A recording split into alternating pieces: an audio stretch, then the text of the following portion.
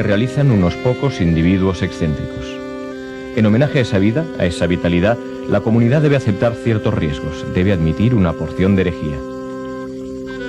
Debe vivir peligrosamente si es que quiere vivir.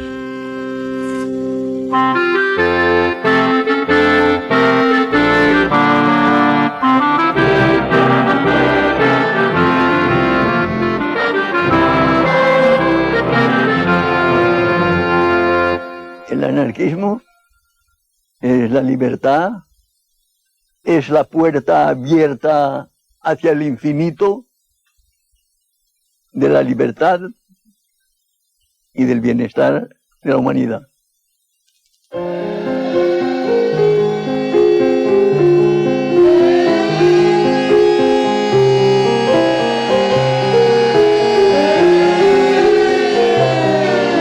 Me desperté con las sirenas de las fábricas y era como si toda Barcelona latiese con un solo corazón. Algo que solo se vive quizá una vez en un siglo. Y si algo puedo decir, que eso marcó mi vida y vivo con esa emoción siempre. La verdadera revolución se inicia el 19 de julio y la inicia el pueblo espontáneamente, defendiéndose contra el ejército. Y es la primera vez y la única vez que el pueblo acaba con el ejército, lo rinde. Hemos podido con el ejército. Este es el grito fantástico de García Oliver el día 20. Hemos podido lo que no se ha podido nunca. Fue una cosa de gran ilusión, de pensar yo de que se había hecho ya la revolución social, no solo en España, yo creo que creí que habíamos triunfado en el mundo entero. Fue espontáneo. El pueblo se encontró dueño de su destino y ejerció su fuerza y llevó a cabo las esperanzas que durante años y años había siempre soñado. Y eso es algo que una oportunidad se acepta, se lleva a cabo y se acabó. La libertad y el universo, mi Dios. Mi patria es la libertad, mi bandera la razón, mi camino la verdad. Así es como pienso yo.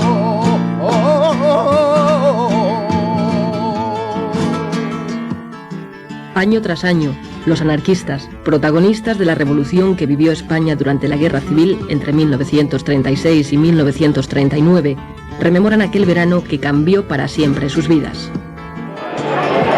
España 36, éramos más jóvenes que ahora. Y cuando piensas que un pueblo sin historia no es un pueblo, no es nada, y esto te tira de culos, Hicieron todos los posibles para desprestigiar a la revolución y para borrarla.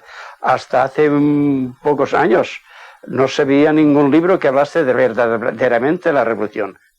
Yo soy albañil y cuando he tenido que construir una casa, he empezado siempre por los fundamentos. Y tanto las películas como todos los actos de la vida tienen un principio, y es en el principio, en los fundamentos donde hay que empezar. Y eso hay que saber por qué nosotros nos defendimos contra el fascismo, por qué vencimos al fascismo y qué eran las ideas que nosotros preconizábamos y que el pueblo se sintió identificado con ellas.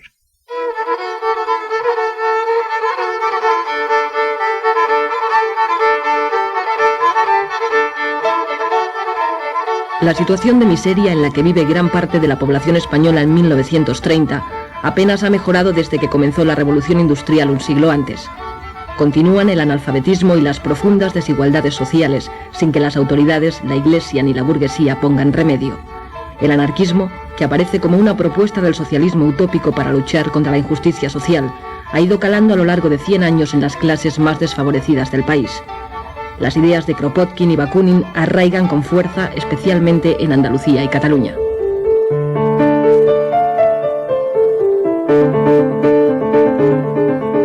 En 1840 nace en Barcelona la primera sociedad obrera, y 30 años más tarde, la Organización de los Trabajadores Españoles es ya un ejemplo para el resto de Europa.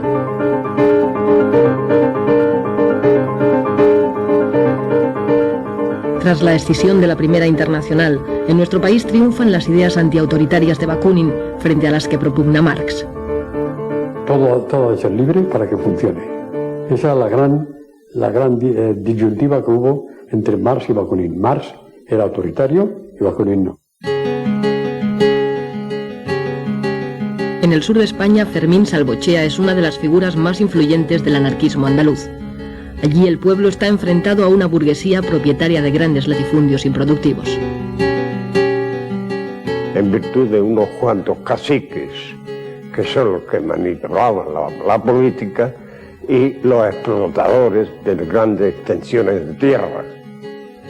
Y al trabajador, pues, nos tenían 3 meses, por ejemplo, de trabajo activo. El resto, pues, era casi... No trabajaba, lo que trabajaban muy poco, y vivían muy mal.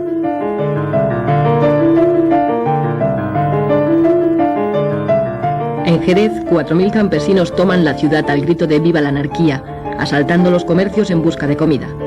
Para acabar con los grupos ácratas cada vez más influyentes en Andalucía, el gobierno inventa una trama llamada la Mano Negra, ejecutando y encarcelando a personas sospechosas de pertenecer a un supuesto grupo en realidad inexistente.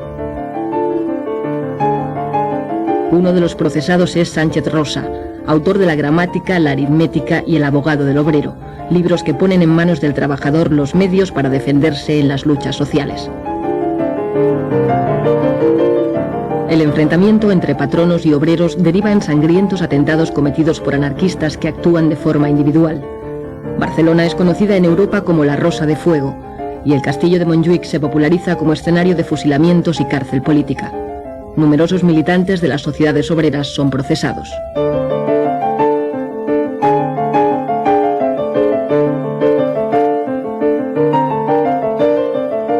Se ha dado una imagen del anarquismo, de siempre la pistola, siempre... No, señor. Hubo que emplear la pistola también, pero principalmente se basó en la concienciación de la gente a través de la labor cultural, para crear lo que deseamos como un mundo nuevo. Para los anarquistas, es el pueblo el que ha de adquirir una conciencia revolucionaria, conociendo primero la realidad para poder cambiarla.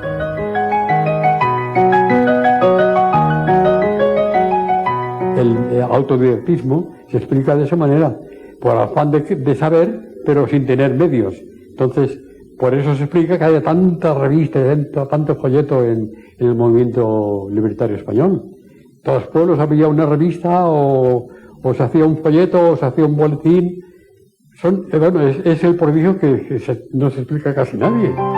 Soledad Gustavo y Joan Montseny, de sobrenombre Federico Urales, son los creadores a finales del siglo XIX de Tierra y Libertad y la Revista Blanca, que llegará a tener 12.000 ejemplares de tirada. La obra de Proudhon, divulgada por Pi Margall, presidente de la Primera República, introduce en nuestro país el concepto de federalismo, principio que adoptarán en el futuro las organizaciones anarquistas españolas. Anselmo Lorenzo, con el proletariado militante, propone ideas revolucionarias para la emancipación de la clase trabajadora en una futura sociedad basada en la libertad, la solidaridad y la ausencia de todo autoritarismo.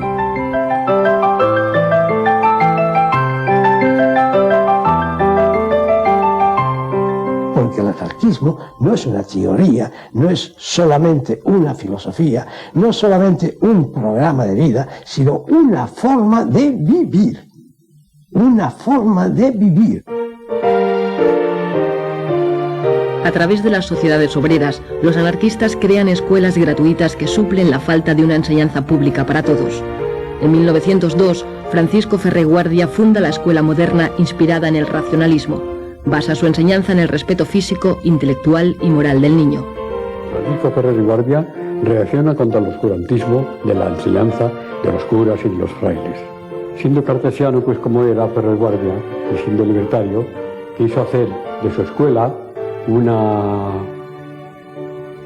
forja de enseñanza, sobre todo dirigida a la razón, sobre todo dirigida a la lógica. Entonces, a partir de ahí, pues, se cargaba al capitalismo y a toda la política y a todo el poder, etcétera, etcétera, ¿no? No pararon hasta que mataron a Francisco Ferrer, acusándole de actos que no había ni siquiera realizado. En la cosa por la cual se le acusó y en nombre de la cual se fusiló, que fue la insurrección de 1909 en Barcelona, de los soldados de no querer embarcarse al África, donde se les estaban matando, asesinando por el capricho de los cuantos militares, incluido el rey, eso Ferrer ni estaba ni participó. Fruto de Solidaridad Obrera nace en 1910 en Barcelona la CNT, la Confederación Nacional del Trabajo, con el objetivo de unir al proletariado español en una sola organización anarcosindicalista abierta a toda la clase obrera. Contraria a los partidos políticos, utiliza la huelga, el sabotaje y el boicot como instrumentos de lucha. En 2 décadas la CNT se convertirá en la organización obrera más importante del país y en el movimiento sindicalista más activo y eficaz de la Europa moderna. La CNT es el intento de los obreros de organizarse para conseguir económica y socialmente una sociedad mejor, dentro de la cual a un poco largo plazo está la autogestión, o sea, la capacidad obrera para asumir todas las funciones que ahora tiene el Estado, o sea, sustituir al Estado. La Primera Guerra Mundial provoca en España un enriquecimiento de la burguesía que no repercute en mejoras para la clase trabajadora. Las tensiones aumentan y, como reflejo de la Revolución Rusa, los obreros españoles organizan numerosas huelgas hasta conseguir, por primera vez, la jornada de 8 horas. Había una fundición que despidieron a 4 obreros porque pedían las 8 horas. Y no lo querían dar, y entonces los patrones cerraron las fábricas y lo cerraron todo. Ripoll se tuvo que hacer comida, rancho, en la plaza del ayuntamiento para alimentar el pueblo, porque duró unos 9 semanas. En 1919 la CNT tiene ya más de 700.000 afiliados. Los duros conflictos laborales provocan entre los jóvenes reacciones extremistas y la aparición de grupos de acción como los solidarios. Compañero de Durruti y Ascaso, García Oliver rememorará en 1938, ya como ministro de la República, los años de lucha en que cayeron numerosos militantes anarquistas como Salvador Seguí, el Noi del Sucre. Nuestro grupo anarquista se formó el año 1923. Dueños casi de la ciudad eran las bandas de pistoleros del Sindicato Libre que patrocinaba la patronal. Las hordas policíacas coadyuvaban a la obra de destrucción de nuestras organizaciones y de nuestros hombres. Nos unimos y formamos un grupo anarquista, un grupo de acción para luchar contra los pistoleros, contra la patronal y contra el gobierno. Conseguimos nuestro objetivo. Les vencimos. En 1923, con la dictadura de Primo de Rivera, la CNT es declarada ilegal y muchos anarquistas se exilian, como Ascaso y Durruti, que continúan su labor revolucionaria en América. Empecé haciendo carrera por Atajo y veré muestras para mí. Y decía mi vecino que llevaba mal camino, apartado del redil. En 1927, en una playa de Valencia, se funda la FAI, la Federación Anarquista Ibérica, que nace con la pretensión de mantener puras las ideas anarquistas dentro de la CNT mediante la formación de pequeños grupos de personas afines, próximas en ideas. Para pertenecer a la FAI, por ejemplo, sin ser retranscrita, se tenía que no haber hecho el servicio militar, no haberse casado por la iglesia, llevar sus hijos, el que podía, Porque a la escuela racionalista se pagaba, no tener vicios ostensibles. Todo eso era imprescindible. Entonces había una selección natural que hacía una organización muy fuerte, pero sin sectarismo, por coacción moral.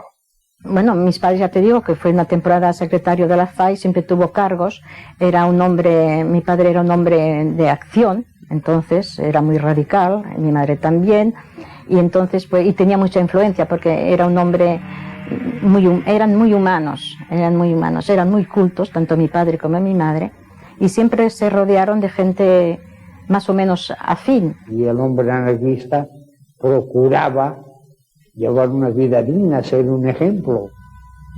Durante la dictadura, los anarquistas continúan su actividad de manera clandestina. Es el tiempo también de las grandes emigraciones en busca de mejores condiciones de vida. Y mi padre, debido a la crisis de trabajo en la compañía Peñarroya, pues un día decidió marchar a Barcelona.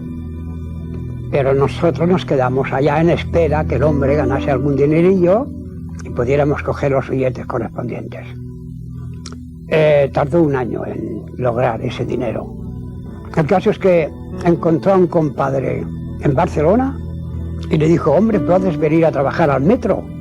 Y además, la vivienda, yo tengo una barraca en la calle Valencia, entre Rocafort y Entenza. Y en esa barraca, pues vivíamos la familia, el compadre que eran 5 y nosotros 10 personas en unos metros cuadrados. Pertenecía a la CNT, mi padre ya. Si ahí en el metro lo llamaron, con lo que te he dicho anteriormente, para decirle que quedaba en la calle, porque un obrero había cometido una falta profesional y ese obrero era murciano. Y entonces despidieron a 80 murcianos que había. Pero el hecho fue de que todos respondían ya a una acción puramente orgánica CNT y por eso los echaron. Sabíamos que existía un mundo que no era nuestro, puesto que era el que detenía a nuestros padres, el que nos dejaba sin trabajo, es decir, el mundo capitalista de una burguesía, sabíamos que existía, puesto que éramos víctimas de ello, ¿no? Pero nosotros estábamos educados con un entusiasmo que esperábamos que eso fuera posible, que eso se acabara y que la sociedad fuera de una manera más justa, más igualitaria. Encontré gusto a la lectura y después cuando me iba hacia la barraca, pues como en invierno en particular, me paraba en las farolas de gas o a leer un poco una hoja o me paraba en un escaparate que había luz y después salía corriendo, leía otra página y así. Pero trabajé de sombrerero hasta que llegó la República.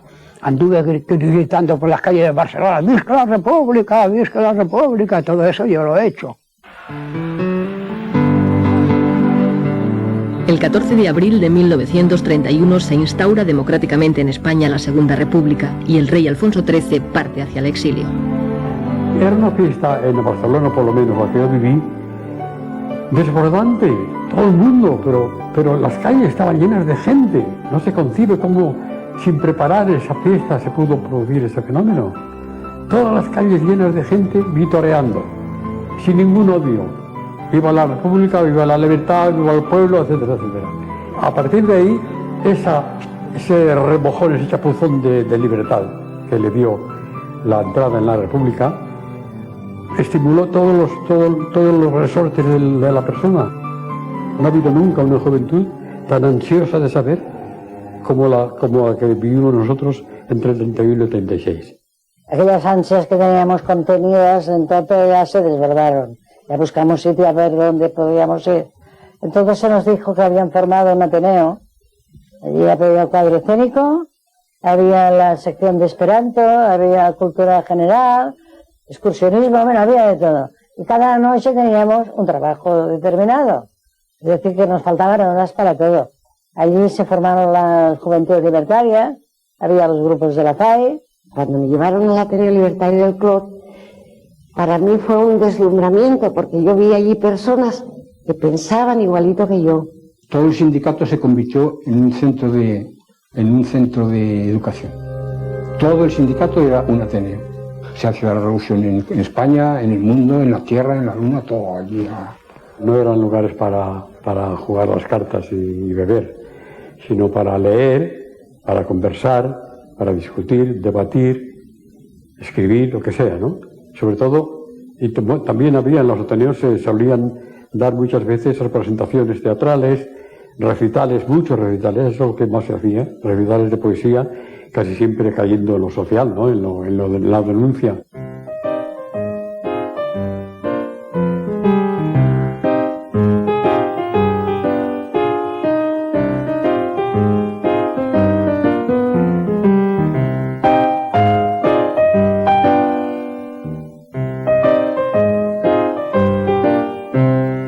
Fue un gran éxito todas las publicaciones anarquistas de España. Llegamos a tener estrictamente del anarquismo más de 70 publicaciones. Cuando se reunían 3 anarquistas, coño, se hacía un periódico.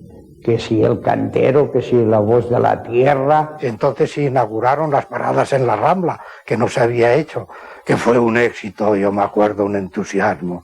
No teníamos manos para vender. No teníamos manos, todo, el aborto legal, las 12 pruebas de la inexistencia de Dios, dinamita cerebral, voceando todos los periódicos y así de gente comprando, porque no nos habían dejado hasta entonces hacerlo.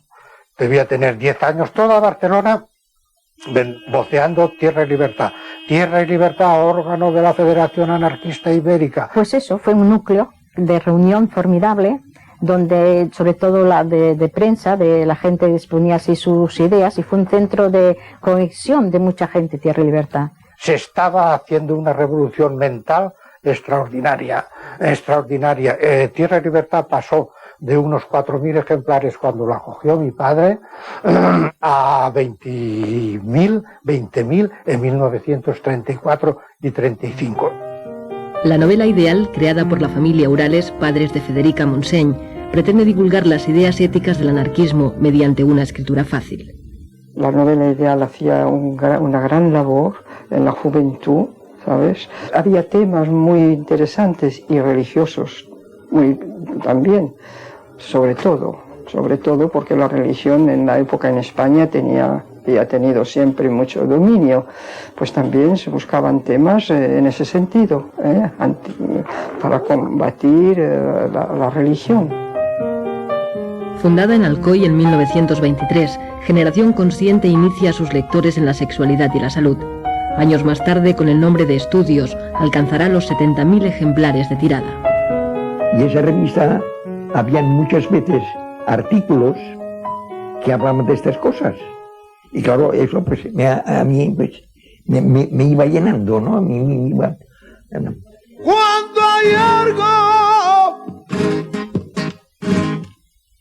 que decir, cuando hay algo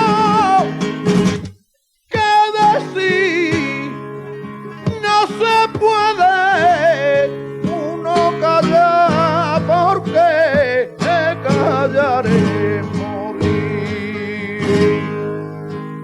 No se puede uno callar, porque callaré morir.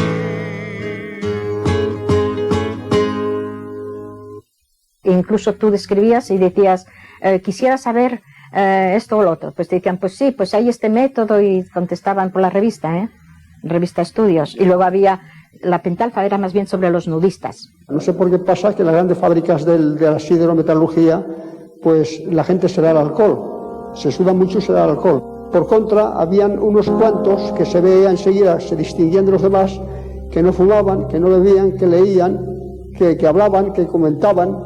Y entonces yo, sin querer queriendo, me fui juntando con estos, que eran anarquistas y naturistas, desnudistas, etcétera, etcétera, y muy dados a la cultura. Para nosotros el amor libre era simplemente que una pareja estuviera de acuerdo en convivir por afinidad, unirse libremente sin firmar papeles, sin hacer contratos. Bueno, y cuando hubiera disensión, de mutuo acuerdo, separarse y quedando amigos, ¿no? Sin pleitos y sin nada. A mí me parece que fue una cosa completamente revolucionaria, porque salir la mujer de poder tener un compañero sin pasar por la iglesia, sin bautizar el hijo, sin todo eso, entonces la mentalidad de la mujer entonces era una cosa terrible y cerrada. Enseguida era una cualquiera. Los anarquistas quieren cambiar la sociedad tradicional por medio de una intensa labor cultural e ideológica, y para ello crean nuevas organizaciones que tratan de propagar la idea entre los jóvenes. Nacen las Juventudes Libertarias, que más tarde se unirán en una federación ibérica de la que Fidel Miró será su secretario general. El lema era cultura y propaganda. Repartir propaganda y procurar que entrara gente, no le pedíamos a nadie antecedentes ni qué ideas. Ese de los puntos libertarios entra. El día que te canses te largas. Cuando los muchachos me llevaron a las Juventudes Libertarias me integré al grupo de Sol y Vida. Era un grupo excursionista que nada más el resto de la semana vivíamos esperando el sábado. Teníamos tanto afán de instruirnos porque éramos todos pues proletarios, que hacíamos paradas y alguien leía un libro, una frase, y entonces la comentábamos, descansábamos, seguíamos andando. Es que era una labor permanente, que quizá incomprendida ahora, pero es la que dio un nivel cultural, de un gran sentido consciente de la existencia a estas generaciones que íbamos accediendo al mundo del trabajo. Los mítines, la acción directa y la propaganda ayudan a recuperar la influencia de la CNT. En ciudades como Barcelona, 1 de cada 2 obreros está ya afiliado a la central anarcosindicalista.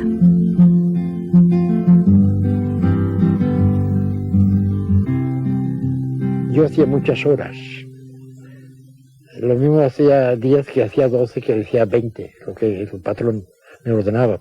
Y un día me presenté al secretario de la CNT y así de una forma tan ingenua le digo, ¿yo puedo pertenecer a la CNT?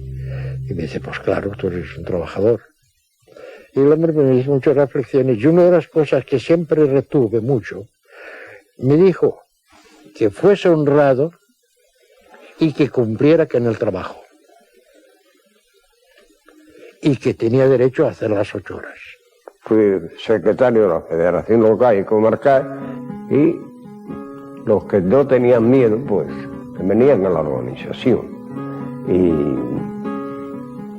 sentían cierta confianza en nosotros, porque éramos los que dábamos un poco la cara. Los problemas más duros de los campesinos y de los pueblos los han resuelto los grupos ácratas que había en todos los pueblecitos. Y teníamos pues un fervor en el hogar, en la fábrica, en el sindicato, en la calle, en La Plata, y claro. Y en Borriana pues se hizo un mitin que fue el del pueblo, fue la Montseny y fui yo. Y claro, y allí pues hablamos todos. Yo hablé antes que la Montseny, ¿no? Y hablé, y ella pues cuando terminé yo y esto, dice, tú vales mucho para el campesino. Eso dijo. Y todo ello me acuerdo. Lo más chocante es que allí estaba la plaza llena y hablaban y nadie aplaudía. Un silencio. La gente no aplaudía. Pero pensaba en lo que decían. Escuchaba. Solo de cuando en cuando se oye la voz. ¡Viva la CNT! Y encuentras un eco rotundo. ¡Viva la CNT! O ¡viva el comunismo libertario! Y eso inflamaba, se hacía sentir. Vivías intensamente aquellos momentos sin aplaudir, sin esa retórica comunista que aprietan las palmas, palmas y palmas. Era más serenidad, era más conciencia.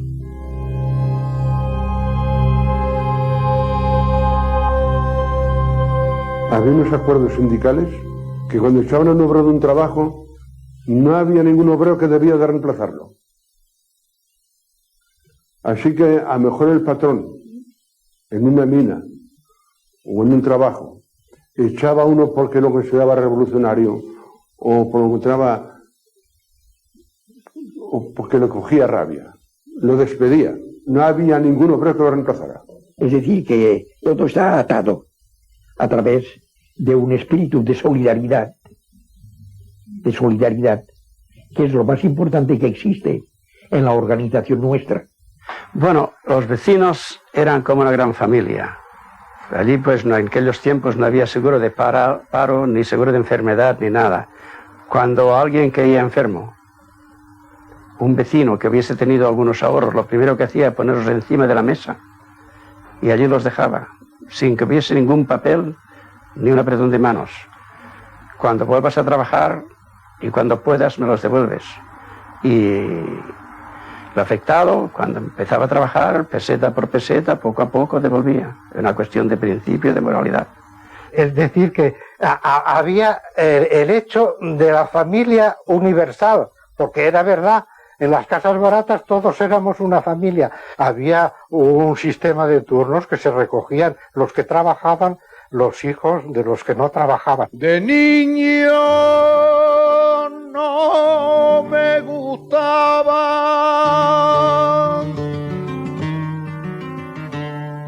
los libros, ni la sotana, ni salir en procesión.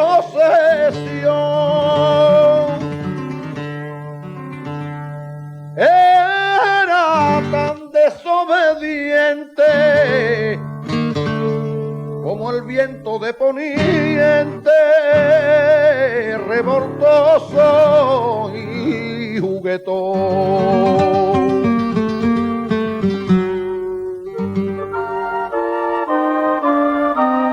Para combatir el analfabetismo y la educación católica, los anarquistas crean a través de los ateneos y de los sindicatos escuelas inspiradas en la moderna de Ferreguardia, aplicando métodos de pedagogos como De Crolí o Pestalozzi. En la Escuela Natura del Clot se enseñaba todo lo que se podía de ciencias de toda clase. Lo que ocurre es que había un acento en todas partes siempre que era superior a la enseñanza aquella, que era el hecho de hacer que el niño utilizara eso no para hacerse un depósito de conocimientos, sino una capacidad de utilización de esos conocimientos. Se procuraba que el niño fuera él mismo siempre y que viese la diferenciación entre cada niño, entre todos los niños. Eso se llevaba con gran cuidado porque es el elemento principal tanto del anarquismo como de los métodos de enseñanza del anarquismo. En la escuela nuestra, en la escuela de Puchelías, en la escuela Natura, yo allí no he leído nunca ni a Bakunin, ni a Kropotkin, ni nada. Nada más que, por ejemplo, La cosa humana, de Tolstoy, los poetas, o quizás la lectura de Blasco Ibáñez, es decir, gente más bien moderada, más bien liberal. No era ninguna cosa, no era una educación revolucionaria, era una educación más o menos pacifista, antimilitarista, humana y culta, pero nada más. Escuela Nueva ya parte de unos principios modernos, de pedagogía moderna, que no hay ni asomo de ideología. Hay en verdad la idea de la libertad por encima de todo y en la base de todo. La emancipación de los trabajadores ha de ser obra de los trabajadores mismos. Si no, no habrá esa emancipación. Es decir, que se autosubvencionaba de diversas maneras, pero autosubvencionaba. Lo que nunca quiso la Escuela Natura ni el sindicato Fabril fueron subvenciones ni del Estado ni del Ayuntamiento. Pero las esperanzas puestas en la República defraudan a las clases más desfavorecidas del país. El gobierno tiene que hacer frente a numerosos levantamientos en Cataluña, Levante y Andalucía. Que los campesinos en Andalucía padecían hambre y el feudalismo allí seguía manteniendo tierras y cotos y miles de hectáreas sin cultivar y la gente sin trabajar. Allí se produjo casas viejas. Fue un movimiento montado por los anarquistas, era un movimiento anarquista. Y quisimos declarar comunismo libertario.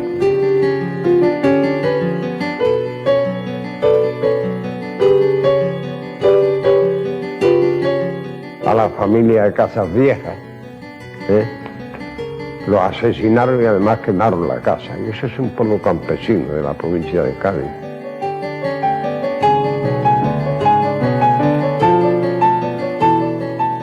La CNT provocó un movimiento revolucionario con el que no todas las regionales estábamos conformes, sobre todo en Asturias no éramos muy partidarios. Era la división que había entre los dos conceptos.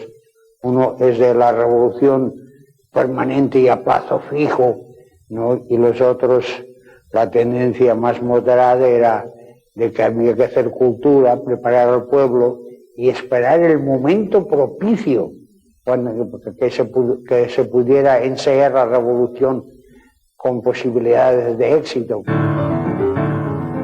En año y medio de república, el enfrentamiento entre la derecha y la izquierda provoca 30 huelgas generales, 400 muertos y 9.000 detenidos. Se suspenden 157 periódicos de izquierdas y 4 de derechas. Se frena la reforma agraria y el desarrollo de las escuelas públicas. Tras algún conato de sublevación militar, la derecha gana las elecciones. Y luego salió victorioso porque nosotros, el 90%, no fue a votar porque queríamos darle un castigo a la República. Porque no fue a votar, porque estaba más con ellos que con nosotros. La gente sacando el dinero al extranjero, no queriendo trabajar, cerrando fábricas. Los sindicatos estaban clausurados continuamente y las cárceles llenas de obreros, de presos gubernativos. El preso gubernativo es un hombre que no ha hecho nada, que no tiene más que un antecedente sindical. Yo estuve 6 meses y no fue de los que estuve más.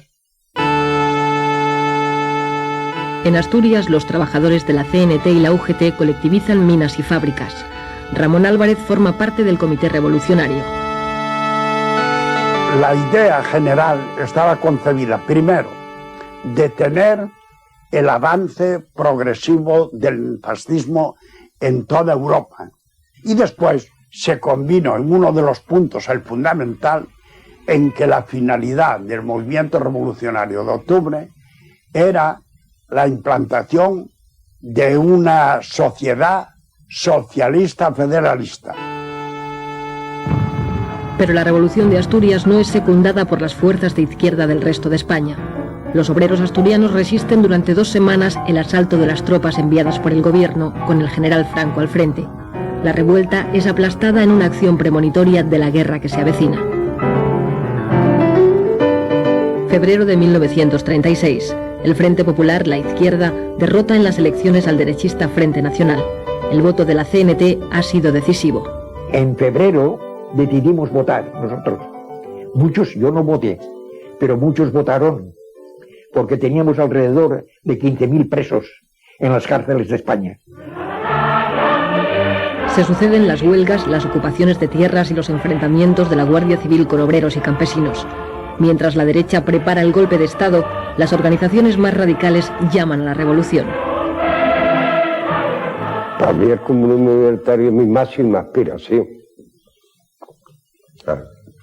Para ello, en el año 36 celebramos un congreso en Zaragoza y después de mucha discusión, porque a nosotros nos gusta mucho discutir, pues llegamos a un acuerdo concreto de que la CNT propugnaba el comunismo libertario. Un comunismo, como decía antes, que va de abajo arriba y no de arriba abajo, que se regula mediante asambleas generales, con revocación inmediata de cualquier cargo si la mayoría lo exige. Y ya el hecho de que la base sea soberana significa que no hay posibilidad de maniobras politiqueras. Todos de todos, hay que distribuir equitativamente y por tanto, si todos de todos, todo el mundo trabaja, todo el que puede, claro. Todo el mundo trabaja, todo el mundo se forma, sobre todo porque hay tiempo para formarse. España ha venido a menos por una triple división. Por la división engendrada por los separatismos locales, por la división engendrada entre los partidos y por la división engendrada por la lucha de clases. Entonces los falangistas habían empezado ya a tomar bastante fuerza y se atacaba con bastante intensidad a los compañeros nuestros. Esto dio lugar a que por nuestra parte pues nos empezáramos a plantear una lucha más directa, incluso pues yendo armados. Los pueblos se dividieron en dos. En mi pueblo de 1.500 habitantes, los de la derecha no se saludaban con los de la izquierda. La generalidad de los trabajadores lo tienen muy claro. Saben quién tienen enfrente a la Iglesia, que tienen enfrente al capitalismo, que son sus enemigos seculares. Porque hasta la Iglesia entonces ya se había enfrentado el cardenal Segura, se había enfrentado constantemente contra la República. Ya, aquello era inevitable, ellos ya estaban en el extranjero ya entrenándose, ya tenían acuerdos con Mussolini y con Hitler. Entonces todo el mundo lo sabía y todo el mundo se preparaba. Y los partidos, y lo sabía el gobierno. Ahora, había ministros que dormían a la hora en que los otros se lanzaban a la calle. Y el gobierno central de Casares Quiroga negaba que hubiese alzamiento y todo eso. Y dio la orden, que eso fue lo fatal, a todos los gobernadores, que nada de armas al pueblo.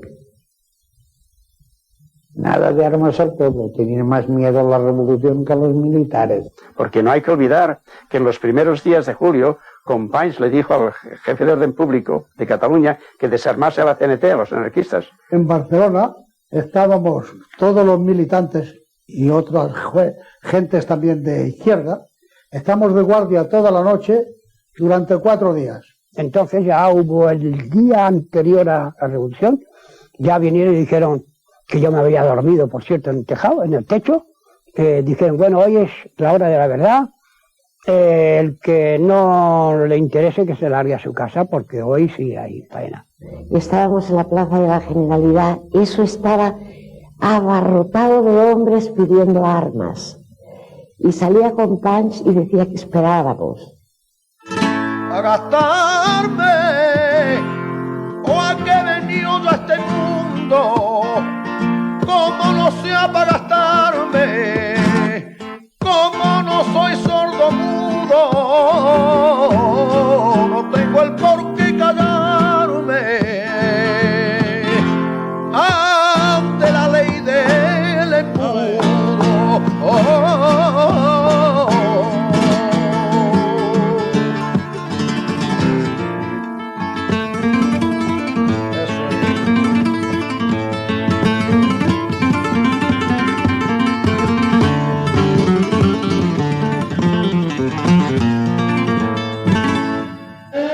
...19 de julio del 36... los obreros de Barcelona alertan a la población ante la sublevación militar. Y cuando sonaron las sirenas, pues era toda una multitud de Horta, yo no sé, mil de gente que bajó por aquella avenida de Santa Eulalia al cuartel de San Andrés. Díaz Sandino bombardeó, tiró un par de bombas en el cuartel, se abrieron los portones y todo aquel gentío se lanzó a coger las armas. Ya se hacía de día, y entonces bajamos y al llegar a la carretera de Sants ya vemos un coche que decía CNT FAI, lo paramos, entonces, oye, ¿qué pasa? Bueno, pues es en la Plaza Cataluña donde está el asunto. Pero al llegar a la altura de la Plaza de Toros, por detrás ya viene una compañía con el fusil en posición de tiro y los oficiales con la pistola en la mano. Y entonces salimos por las bocacalles a tirotearles.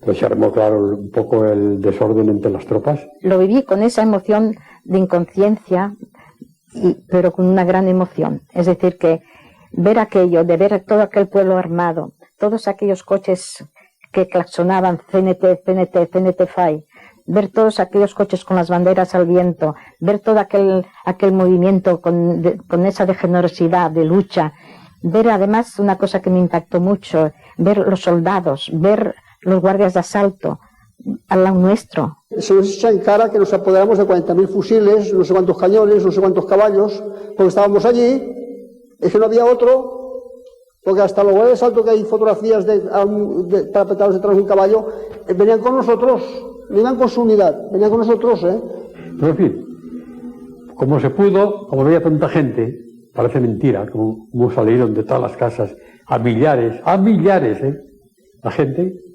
pues se asustaron, los militares se asustaron y se rindieron.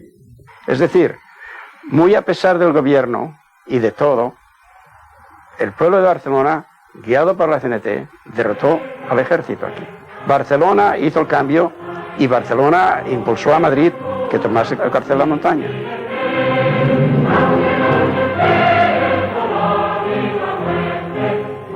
Es una manifestación pública de todo el pueblo de Madrid, que se levanta como puede, o que se trata de oponerse ya desde ese momento a lo que se le viene encima. España ha quedado dividida en dos. Ha comenzado una guerra civil de lucha entre clases que durará 3 años. Los rebeldes asesinan allí por donde avanzan a simpatizantes y militantes republicanos y de izquierda. En la España leal a la República, las represalias no se hacen esperar para todo aquel sospechoso de apoyar a los rebeldes. Los tiradores desde los campanarios de las iglesias de ciertos conventos estaban mezclados, los de los clérigos con los militares. Se pusieron a tirar no contra los adversarios que llevaban fusiles, sino contra toda gente que estuviera en la calle. De ahí viene luego la respuesta de la gente quemando los lugares desde los cuales se le había tirado al pueblo desarmado. En esa contienda perdimos mucho personal, perdimos personajes de valor. En el asalto a Tarazanas murió Francisco Escaso al asaltar a ponerse más a resguardo contra un tirador de una ventana. Eso era muy frecuente entre nosotros, sobre todo porque estos hombres en la barricada, al mismo tiempo que escribían, como mi padre, en la barricada eran los primeros.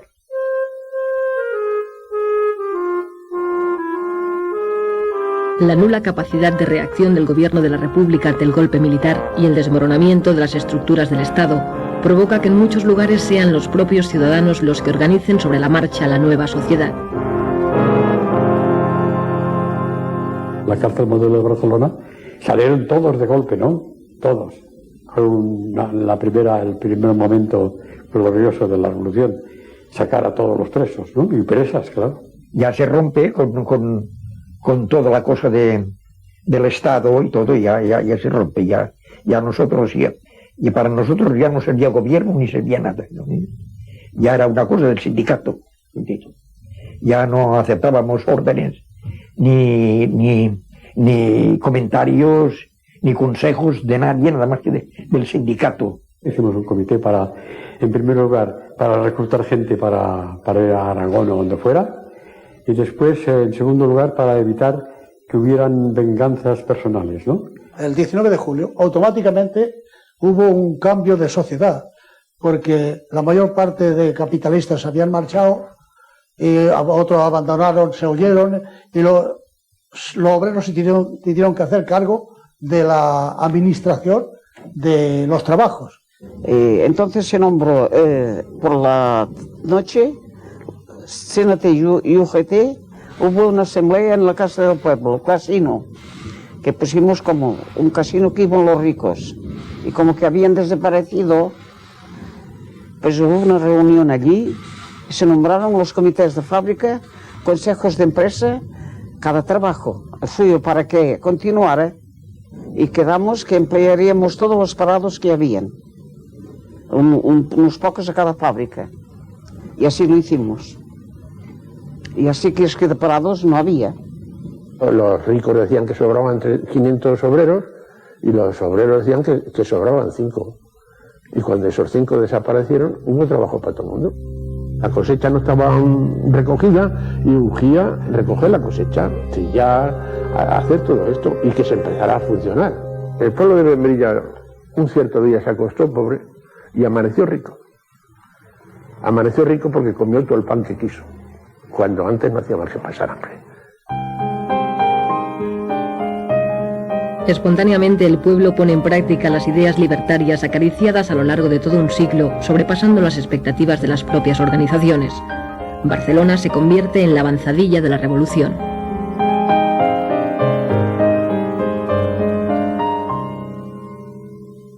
En los primeros días, enseguida entramos en contacto con el sindicato de transporte y empezaron a enseñar a las compañeras a conducir tranvías.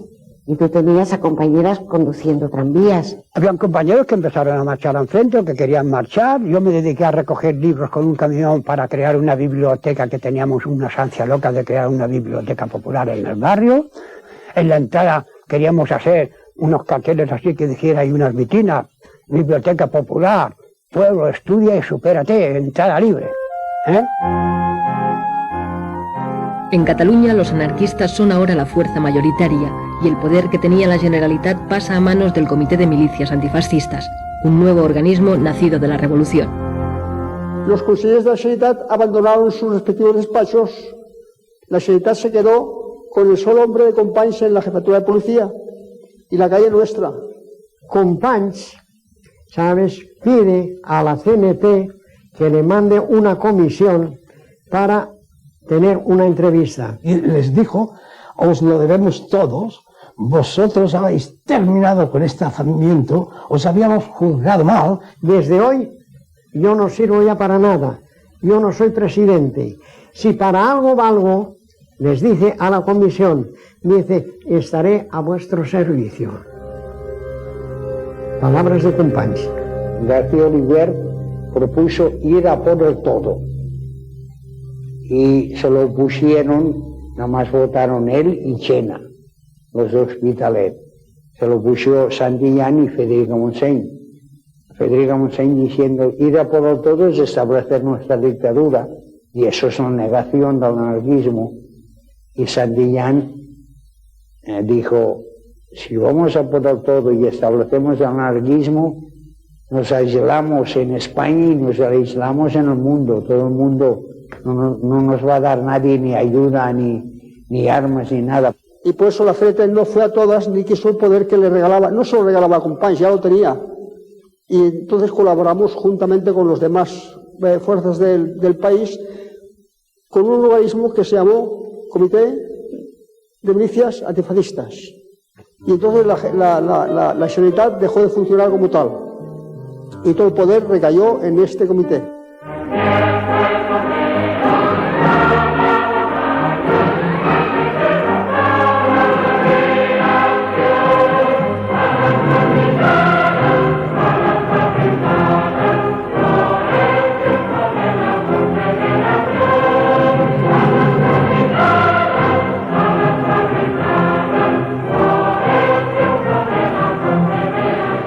Empezamos a organizar las columnas y hay esa salida que tenéis ahí en la fotografía y se iban directamente al frente, al lugar que nos pedían.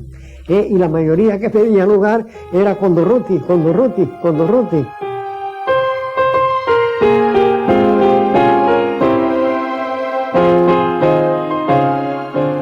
Ante el peligroso avance de los sublevados y el desmantelamiento del ejército, los partidos y los sindicatos organizan milicias de voluntarios obreros y campesinos para defender el país.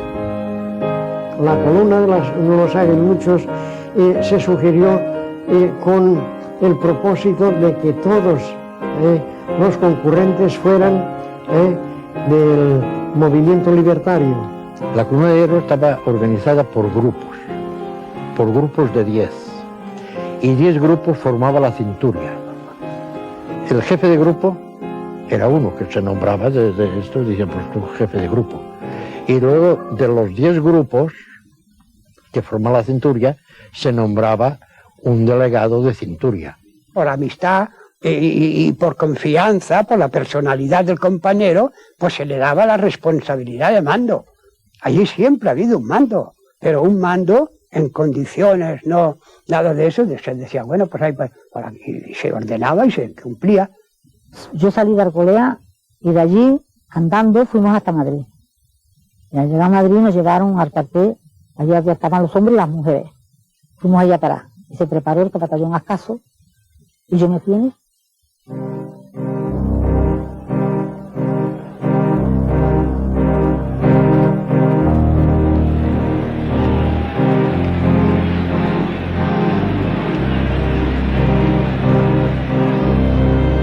Puedo decir que a medida que nosotros íbamos actuando con la columna de Ruti, nosotros dábamos las manos a los campesinos y a toda aquella gente transformando la sociedad en autosugestión, en una serie de actividades, colectividades, que sea lo que nosotros habíamos pretendido toda la vida.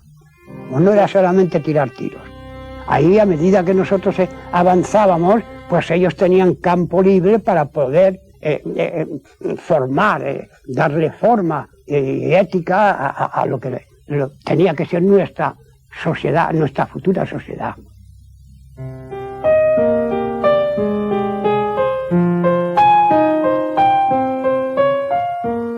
Los cambios se suceden vertiginosos en zonas de Castilla, Extremadura, Andalucía, Asturias y sobre todo en Levante, Cataluña y Aragón. Yo era muy alcahuete. Y en cuanto veía que había algo de barullo o algo, pues allí me metía. Y me metí en una plaza de la Constitución que estaba repleta de calandinos. Todo Calanda estaba allí. Y desde el balcón, este comité revolucionario dice, a partir de ahora, aquí se proclama el comunismo libertario. Y fue una multitud entera en la plaza de la Constitución que aplaudió la frase. ¿Y en qué se compone el comunismo libertario? Queda abolido el dinero. Se va a expropiar a todo propietario, izquierdista o de derechas. Toda la maquinaria a disposición del pueblo, todos los edificios para que sean alojados los habitantes, independientemente de quién sea el propietario, trabajo colectivizado, distribuidos los trabajadores en grupos. No hizo falta semecas para organizar aquello, que fueron los trabajadores mismos. Porque ahí se constituyó primero pues el comité del sindicato, que era el principal, que duda cabe. Y luego comité de defensa, comité de agricultura, comité de alimentación, comité de peluqueros. Pues los mismos trabajadores designaban a los delegados que bien más capacitados para que cumplieran la función de llevar la marcha, de distribuir el trabajo, de distribuir todo. El desprecio tradicional de los anarquistas por el dinero provoca un cambio radical en las relaciones económicas. Se crean monedas locales, vales, y en muchos lugares se llega a la total abolición del dinero. Allí desapareció el dinero. O sea, se hizo el montón que se llamaba de cropoquinto. Allí los alimentos se adquirían por vales y por las cartillas de racionamiento que se hicieron. En ese caso, cuando se trata de la toma del montón, pues naturalmente se tiene que tener aquella capacidad y aquella manera de pensar, de que por qué razón vas a coger tú hoy 2 kilos de carne si con uno tienes bastante y mañana puedes ir a buscar otro fresco. O un par de zapatos. Allí se estaba exento de luz, de agua, de escuela, de todo. Allí no había que pagar nada. Y no había egoísmo de nada. Nada, ni el egoísmo no existía. ¿Cómo puede existir si no hay dinero? Cuando no hay dinero no puede haber egoísmo. Hoy lo dices y no lo comprende la gente, pero que se asumió bien. El haber hecho la colectividad, cómo crear la colectividad. La inmensa mayoría del pueblo lo encontré muy bien, y esto que no eran sindicalistas ni eran anarquistas, todos. El que quiso ser individualista continuó siendo individualista, pero fueron muy pocos. Y el que, como mis padres, aquí, a 30 metros de aquí, por ejemplo, que eran individualistas, tenían que responder para tener el derecho que la cartilla les daba, tenían que responder con productos, no había dinero. En aquel año mis padres elevaron 4 cerdos para la matanza. Vino un compañero, por cierto que allí disgusté un poco a mi madre por lo que hice, vino un compañero, yo ya sabía que iban a venir, decide el compañero de que la familia tenía bastante con un cerdo y le requisaron los 3, con los cuales se pagaba el resto de necesidades de todo el año. Trabajábamos a gusto. Y la otra, pues que hay menos gastos en colectivistas que individuales. Porque ahora supongamos, si hay 100 individuos que trabajan en colectividad y 100 que no, los 100 que no necesitan 100 tractores, y los otros necesitan más 10. Destituidas las antiguas autoridades locales, son ahora los trabajadores organizados en la CNT y en menor medida en la UGT los que controlan la administración, poniendo poco a poco en marcha toda la vida pública. El Comité Revolucionario me asignó el cargo de delegado de abastos. Delegado de abastos, pues creo que eso ya se comprende. Nos hicimos cargo de todas las mercancías que teníamos y además un pueblo que no da trigo, pues veníamos a Levante y lo cambiábamos por azúcar. Pues teníamos una fábrica de azúcar, pues había una cosecha ya. Y de allí nos llevábamos chocolate y cosas así, intercambios. Ya con el carbón ya se traían mercancías de calzado, de vestidos, todo eso para el pueblo, y ya se traían de afuera. Se nombraba cada pueblo una delegación representativa de cada pueblo, y allí se construyó en Benicarló, digamos, la Federación de Colectividades. En Levante, UGT y CNT trabajan de forma conjunta tras la expropiación espontánea de tierras y fábricas. Bajo la organización de la Central Anarcosindicalista, Alcoy se convierte en un ejemplo de autogestión obrera con las industrias colectivizadas en su totalidad. Se crea el CLUEA, el Consejo Levantino Unificado de la Exportación de Agrios, encargado de coordinar directamente desde las colectividades la venta al extranjero. Muy pronto este organismo, nacido de la Revolución, topará con las reticencias del gobierno central, que comienza a apoyar a las cooperativas comunistas. Y en el extranjero ya teníamos, en París, en Bruselas, en Holanda, en fin, todas esas cosas. Todo aquello funcionó perfectamente y cada vez mejor, cada vez mejor.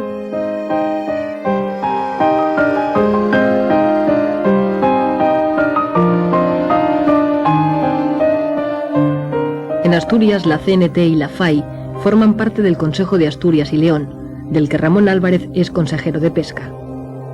Los obreros eran los administradores de las industrias. Nosotros seguimos sin hacer colectividades de una manera anunciada, pues de una manera soterrada. Caspe es la sede del Consejo de Aragón, el primer organismo de gobierno anarquista de la Revolución Española. 8 consejeros coordinan la labor de las colectividades de la región.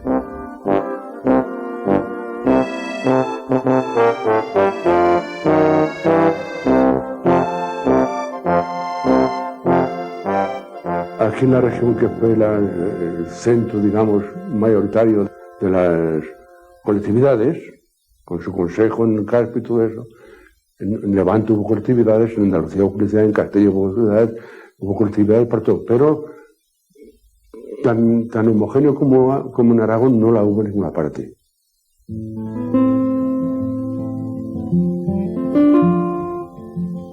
La revolución social que vive la España rural consigue el apoyo mayoritario de los campesinos. Son 3 millones de españoles viviendo bajo los principios del comunismo libertario.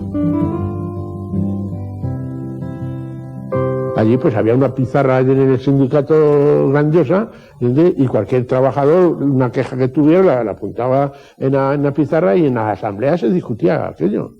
El exponer una cosa era ponerlo, digamos, en armonía de los demás si aceptaban aquella proposición. Si se acordaba bien, si no se acordaba, pues otra cosa, ¿verdad? Pero siempre desde la base. No nos regiamos porque no mandase el comité regional una cosa. Porque claro, cada pueblo tiene su cultura. Por lo tanto, al tener su cultura, tiene sus costumbres. Entonces no son las mismas costumbres nuestras aquí valencianas, como diríamos las andaluces, son diferentes. Con la ocupación de tierras y un reparto más racional del trabajo, la producción aumenta. La gestión colectiva de los beneficios permite la construcción de hospitales, escuelas, acequias, granjas y centros de experimentación agrícola. Había, además del grupo escolar Francisco Ferrer, donde se pusieron 18 maestros, del huerto del convento, del huerto de los frailes, concretamente, se hizo una zona de experimentación agrícola. Se plantaron viñedos, se plantaron olivares, olivares que eran viejos, que eran productivos, se hacía carbón. En fin, hubo una transformación y que la colectividad prosperó mucho. E inmediatamente se decidió el adquirir 2 tractores, y 2 tractores en Canda, sin parar de trabajar, hace mucho. Y con aquello, pues, no solamente se suplió las 350 hombres que fueron al frente, sino que se aseguró, y eso es más que verdad, se aseguró que nada de las tierras cultivadas hasta la fecha quedaron yermas, todas fueron cultivadas. Como aquel que cada otorga y y aunque la ignorancia es sorda, pude levantar la voz más fuerte que los ladrillos de los perros consentidos y que la voz del paso.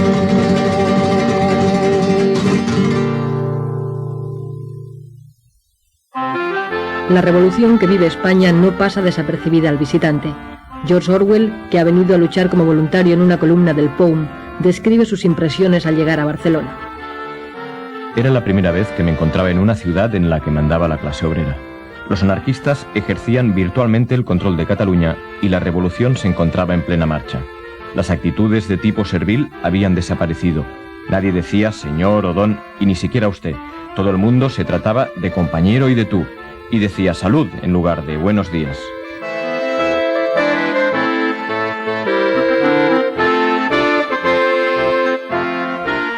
Barcelona es el centro neurálgico de la revolución en la España urbana. Con la CNT y la FAI al frente del Comité de Milicias Antifascistas, Cataluña vive una de las transformaciones más radicales de su historia, que afecta a todos los aspectos de la vida política, social y económica. El 80% de las empresas se han colectivizado y todos los servicios están autogestionados por los propios trabajadores. Estos cambios serán legalizados por la Generalitat en octubre de 1936. No hubo problema alguno en quién iba a dirigir, quién había de ser el dirigido, ni nada de eso, porque ya formado sindicalmente en la CNT, ya había unos valores establecidos, unas personas que habían demostrado responsabilidad y buen hacer. Yo fui uno de los nombrados a la colectividad del Gran Metro. Y estando en el metro, en la colectividad, es cuando hubo una reunión general del transporte y me nombraron secretario. Y ahí empezó. Y yo era albañil que conocía poco el transporte, pero nos poníamos al corriente pronto de eso. Las circunstancias nos obligaban. Se organizó una comisión que se titulaba Administración y Control de la Propiedad Urbana, que estaba compuesta de 3 elementos de la Generalidad, 3 de la CNT y 3 de la UGT. Y de los 3 de la CNT yo era un vocal, yo era uno. Entonces, la propiedad no quedó abolida, pero quedó incautada.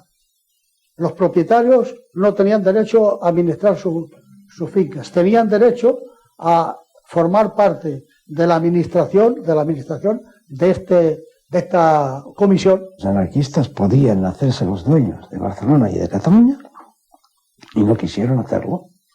Y entonces vino la colaboración entre unos y otros. Y entonces, como los más fuertes éramos nosotros, a la cuestión de enseñanza, pues se buscó a uno de los nuestros, al profesor Puig de Elías, y él se ocupó de redactar con otros y demás, pero siempre dirigido por él, la Constitución del Cero. El Consejo de la Escuela Nueva Unificada nace con el objetivo de promover una escuela única, gratuita y laica en lengua catalana.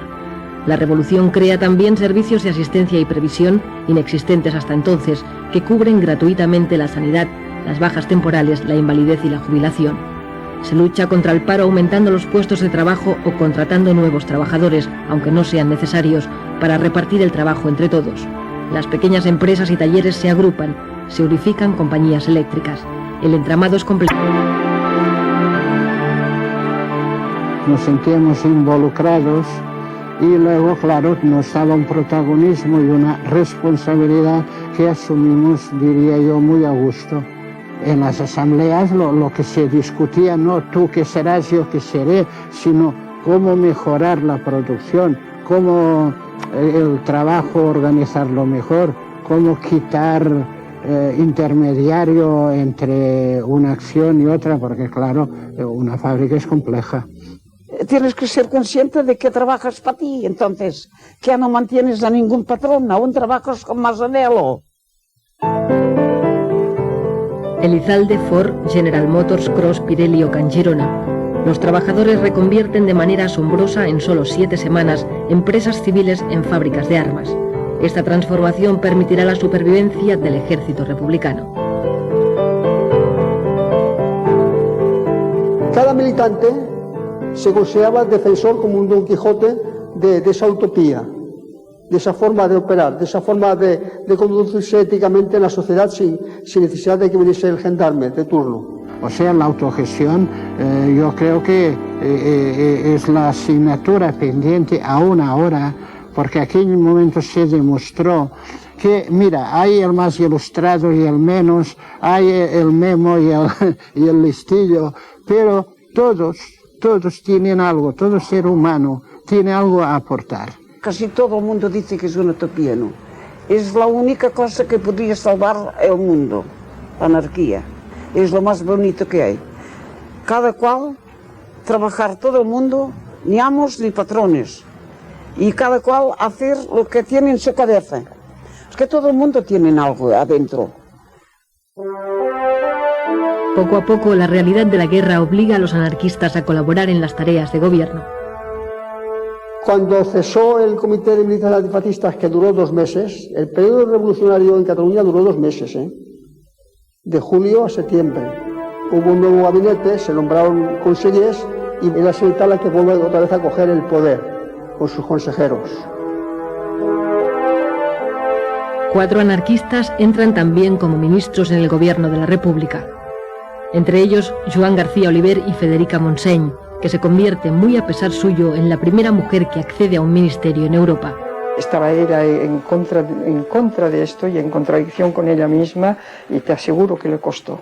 Y cuando yo veía que además luego los compañeros la criticaban, yo me ponía desesperada. En Cataluña, por ejemplo, las juventudes fueron los primeros que se rebelaron contra la actitud de colaboracionista de la CNT. Y después que hasta cierto punto se creaba una burocracia que no era muy buena. Con la mayoría de hombres en el frente, son las mujeres las que ocupan los puestos de trabajo. Ellas tienen ahora la ocasión de hacer su propia revolución.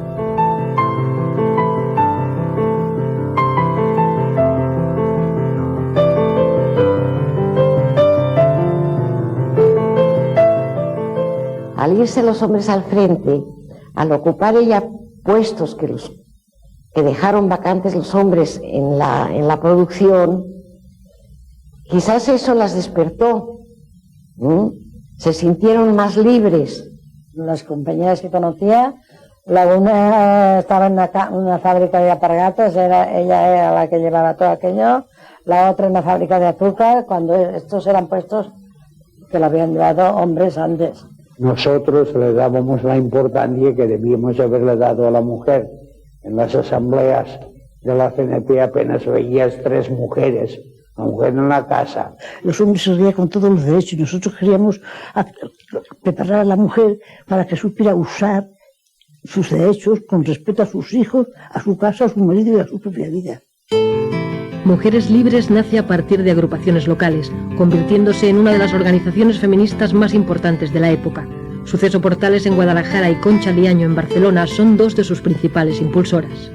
Éramos distintos a los movimientos de liberación femenina burgueses, porque nos dábamos cuenta que ellas, por su preparación, luchaban por equipararse o en competitividad con los hombres para ocupar los cargos que ocupaban los hombres. Pero nosotras nos dirigíamos a la mujer proletaria, a la obrera, a la que no tenía instrucción, que salieran de ese servilismo, que salieran de esa sumisión, en el trabajo, en el hogar, que se consideraran personas adultas. Y ahí fue donde tuvimos que hacer mayor énfasis. Y en crear escuelas donde la mujer se capacitara, no solamente para leer y escribir. Me parece que yo no te podría decirlo, cientos y cientos de mujeres analfabetas que convertimos a que supieran leer y escribir. Así que cuando formábamos una agrupación, lo primero que se hacía era la escuela. A las mujeres las educábamos sexualmente con clases. Teníamos clases especiales y mujeres que las educaban y iban a los hospitales a hacer prácticas inclusive. Hicimos una serie de folletos a este respecto, y con respecto a la relación de la mujer que enviamos al frente. Hicimos por lo menos miles y miles de folletos, folletitos pequeños. Los anarquistas promueven cambios sociales únicos en Europa. García Oliver, ministro de Justicia, Es el primero en dictar en España una ley que iguala los derechos del hombre y la mujer. Federica Montseny, ministra de Sanidad, promulga la ley del aborto, que solo llega a aprobarse en Cataluña.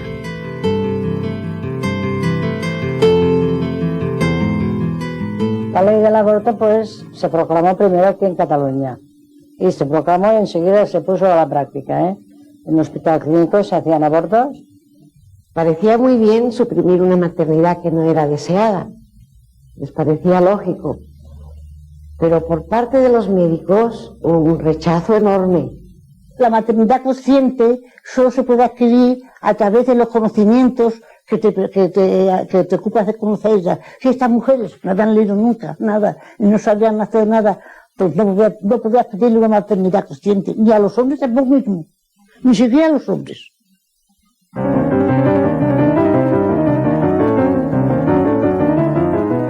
Las ayudas alemana e italiana al bando rebelde y la política de no intervención de las democracias occidentales están provocando la derrota de las fuerzas republicanas. El ejército franquista está a las puertas de Madrid y hace falta un golpe de moral para levantar el ánimo de los madrileños, que ven como el propio gobierno de la República huye a Valencia. Durruti es en esos momentos el personaje más carismático, el más solicitado.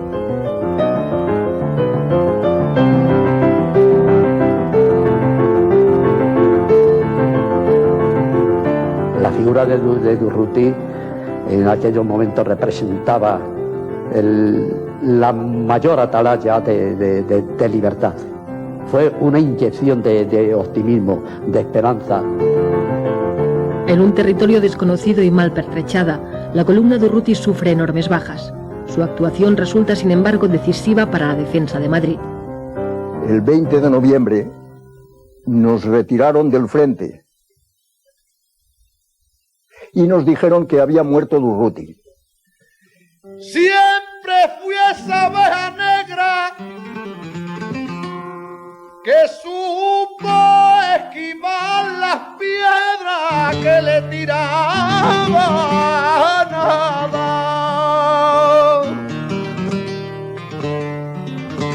Y entre más pasan los años, más me aparto del rebaño,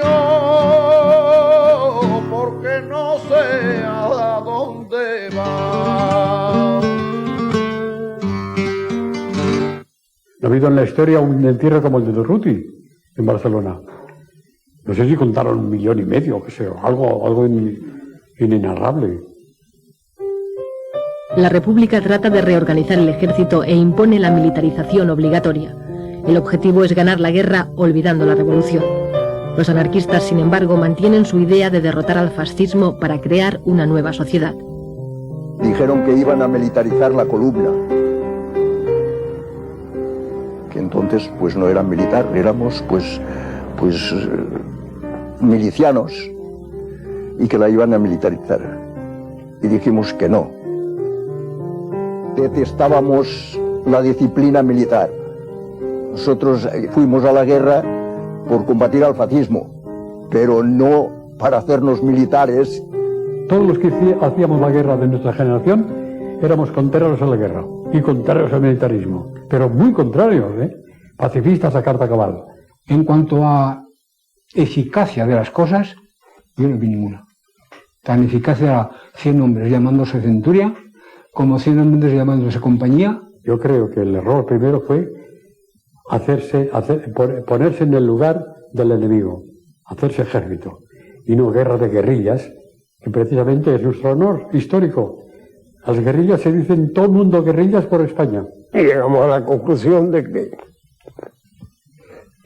ya no era la revolución, sino que era la prolongación de la guerra. Y entonces, pues, para obtener armas y para poder vivir, tuvimos que aceptar la militarización. ¡Visca la libertad catalana! En Cataluña, los partidos tradicionales recuperan poco a poco el poder perdido el 19 de julio a manos del pueblo y las organizaciones revolucionarias. En mayo de 1937, los partidos nacionalistas y el recién nacido PSUC, los comunistas, provocan unos sucesos que generarán una guerra civil dentro de la propia guerra. Numerosos anarquistas son eliminados, el POUM ilegalizado y Andreu Nin, su secretario general, asesinado. Los primeros días se vivió bajo el ambiente libertario toda Cataluña. Fue después, con los reveses y las dificultades que iban saliendo, que las fuerzas que no eran simpatizantes fueron reaccionando, y ahí llegó los sucesos de mayo.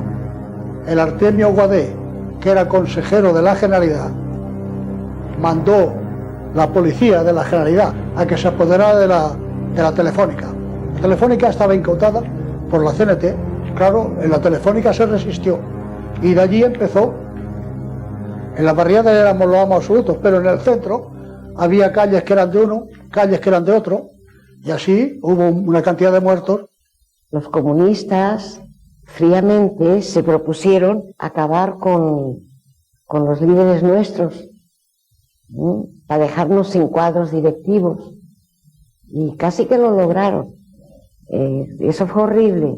Nos mataban a los compañeros por la espalda, mataron en San Andrés a más de 50 compañeros de las Juventudes Libertarios. Y para localizar, para parar eso, nuestros compañeros, que eran ministros, García Oliver y Federica Montseny, se trasladaron de Valencia a Barcelona pidiendo el alto al fuego, y fueron ellos que se les hizo caso y se paralizó. Hubo una fracción incluso de nuestras columnas que se brindaron para venir aquí y acabar con los comunistas de una vez. Y fuimos nosotros que no, que ya estaba bien de sangre. Fue un error. Allí se perdió la mitad de la guerra en los acontecimientos de mayo. Las cosas habían cambiado radicalmente, había dimitido ya Largo Caballero con los socialistas de izquierda y la separación de la CNT del gobierno, y a partir de los sucesos de mayo pues se sintió en el ánimo de todos y en la sensación de que habíamos perdido mucha fuerza y que la fuerza la había adquiriendo el Partido Comunista, que todas las armas buenas que llegaban de Rusia iban a las fuerzas que ellos comandaban. Solapadamente están empezando a entrar en los intestinos del ejército, a entrar en el comisariado, a entrar en los servicios de información militar, que los ocupan casi en su totalidad. Y nosotros estábamos convencidos de que la idea era cumplir la orden de Stalin, de eliminar sobre todo a los anarquistas, hacerse con la situación de mando y dar por terminada la guerra cuando Stalin lo decidiera. Era eso la cosa. Ideológicamente no les interesaba que estos mecanismos revolucionarios se llevaran adelante de tal manera que si ganábamos la guerra, al país se le pudiera decir, junto a haber ganado la guerra, esta es la obra que ha hecho el anarquismo, esta es la obra que ha hecho la CNT, y esto como arranque para el futuro. Era la primera revolución anarquista en el mundo. Ninguna revolución que no fuese controlada por el Partido Comunista tenía ninguna significante para los comunistas. Y esos no lo podían permitir. No sabéis todos lo que pasó con las colectividades, que vino Lister con todo su ejército a acabar con ellos, con todos, a rajatabla, pero con el imperio de los fusiles. Esa es la gran paradoja, que los comunistas hayan ido a acabar, hayan sido los que acabaron con el comunismo más comunista. Y él llegó e hizo, pues, que le vino al pelo, hizo la matanza que todo el mundo sabe. Lo que hizo Lister es porque, como en Rusia exactamente, los bolcheviques, los dictatoriales, no admitían que se presentase un ensayo libertario de la naturaleza en el que se vivía en Aragón. Había encarcelado al Consejo de Aragón. Es que en Artacones se estaban encarcelando a los responsables de la colectividad en Calanda, etc. A pesar del intento del gobierno y los comunistas por destruir las colectividades, la mayoría vuelven a reconstruirse y continúan su labor. En Calanda, Miguel Celma, con 16 años, es nombrado responsable de la colectividad. El cambio formal de funcionamiento y de objetivos no existió. No hubo cambio alguno. Eran los mismos. Y eso duró pues hasta el 15 de marzo de 1938. Durante toda la guerra no disminuyó la capacidad productiva de Cataluña, ni su capacidad colectivizadora, ni la presión de ciertos elementos conservadores de la Generalidad, ni los comunistas pudieron borrar la autonomía económica de la que la CNT tenía en Cataluña. Guerra, falta de materias primas, destrucción de instalaciones, boicot del capitalismo internacional y agresión del propio gobierno de la República. La revolución que vive España desde 1936, con la puesta en práctica de las ideas anarquistas, ha sufrido todo tipo de contratiempos y, sin embargo, la producción ha aumentado, han mejorado las condiciones de trabajo, hay más igualdad entre los ciudadanos y la economía tiene un funcionamiento más racional. Pues esas colectividades tuvieron que luchar, en primer lugar, con una situación anómala, en guerra, con una economía nula, porque todo dependía de Cataluña. Cataluña, si le daba la gana pagar, daba dinero, sino, pues ya el hecho de tener que pedir ya molesta, y sobre todo al aragonés. En fin, todos los inconvenientes, y no digamos ya la política de Madrid. La política de Madrid no había jamás ni un diario que no fuera de la CNT que dijera algo bueno de la Revolución Española, de la Revolución Cenetista o de las colectividades, y nada. Ya sabéis que siempre el anarquismo ha tenido una prensa malísima. Que en 3 años no se pueden hacer muchas cosas, más siempre cuando tienes una guerra civil, te tenías que apañar con lo que había, ¿no? Porque nos faltaba todo, las materias primas, había la cuestión de la inseguridad, los bombardeos. El pueblo vivió mal. Yo no soy de los que digo que no hubo disputas, no hubo cosas después, pero el conjunto de lo que fue el comunismo libertario, colectividad, paz y justicia de Membrilla, para mí, y lo demuestro al que quiera, que es la única solución que tiene la humanidad para poder vivir bien. Porque de otra forma no existe. Porque ahí se demostró que me hacía falta la Guardia Civil, me hacía falta los ricos, me hacían falta los curas para vivir bien, que son los únicos que entorpecen la marcha de la riqueza, porque la única riqueza que existe es el trabajo. Lo malo es que aquello, con sus defectos, que los hubo, no continuase. Pese a lo cual, cuando los dueños de la fábrica volvieron, la encontraron mucho mejor que no la habían dejado. Cuidado. Aparte de haber duplicado la producción. En Chirona, cuando terminó la guerra, al hacer balance, gran sorpresa para los dueños, gran sorpresa. Se había capitalizado mucho más de lo que era antes de la guerra. ¿Por qué? Porque se habían importado máquinas, herramientas, porque se habían importado hornos eléctricos para hacer aleaciones especiales que no se tenían. Pues cuando entraron las tropas franquistas, alguien de que fuera autoridad para ello dio orden de demoler estas nuevas construcciones. Y hoy no queda nada de aquello. Fue destruido, porque era un prestigio para la zona republicana y para los que habían gestionado y dirigido la empresa de Ganchirona, o sea, del material. Estábamos muy al tanto que las potencias democráticas no querían que nosotros ganáramos. Sin embargo, la pasión podía más que nada y decíamos, bueno, aquí seguiremos hasta que podamos. Pero y cuando llegó el final, que sabíamos que tenía que llegar, nos costaba mucho aceptarlo. Mucho. Eso fue muy doloroso, porque no solo perdíamos la patria, perdíamos nuestros ideales y sabíamos que para siempre. La lucha ya se fue perdiendo, ya la retiraron. Hasta que se replegaron, ya fueron a la Seu d'Urgell, ya se replegaron, y ahí es cuando nos enteramos de que se perdía Barcelona. Y entonces estábamos allí unos compañeros y mi padre telefoneó a Barcelona. Telefoneó a la casa CNT FAI y le contestó una voz: arriba España, viva Franco.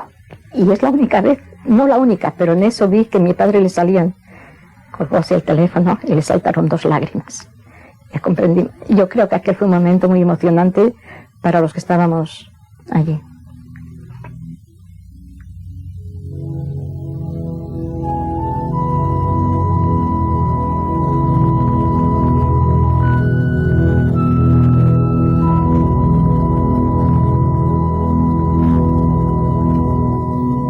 Se subieron los heridos con bonitas ambulancias y los rojos con amor a sus hermanos cuidaban. En lo alto de la cumbre se procedió a su descarga. ¡Ay, qué dolor tan profundo! ¡Ay, la herida que me mata! Otro, temblando de frío, decía a su camarada: ¡ay, hermano, que me muero!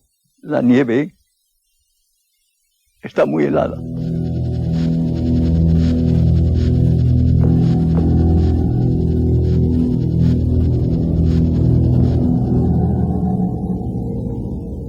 Nos dijeron que la guerra había terminado. El que no quisiera, el que no estuviera de acuerdo con el régimen de Franco, se podía ir al extranjero porque los puertos de Valencia y Alicante estarían abiertos mientras había una sola persona que quisiera marchar. No salió nadie del puerto de Alicante, de Rojos, de la zona republicana, no marchó nadie.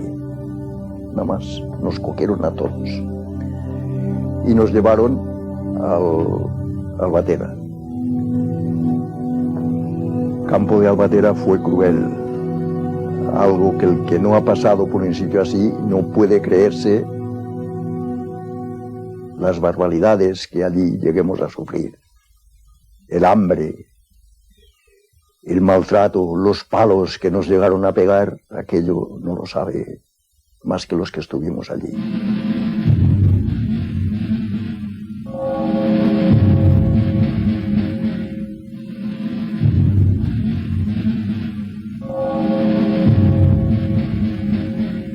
A veces yo me pregunto si valió la pena tanto dolor, tanto sacrificio, tanto sufrimiento, pero luego pienso, en realidad nosotros les dimos una lección al mundo.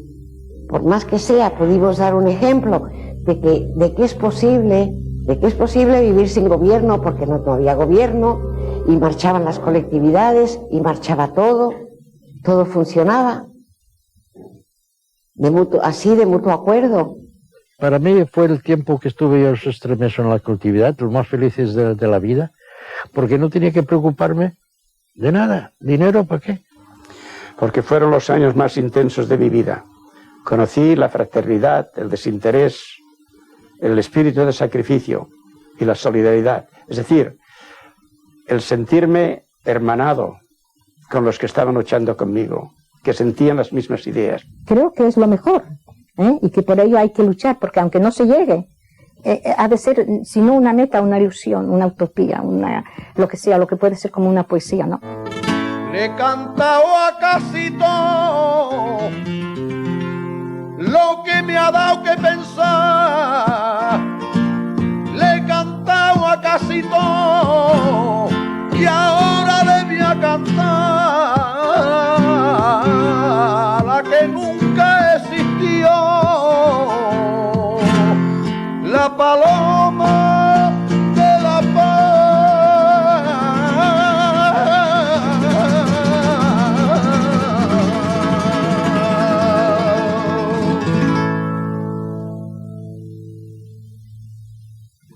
A los osados pertenece el futuro. Cuando no podemos soñar más, morimos. Así lo dice Malvolman y eso es verdad.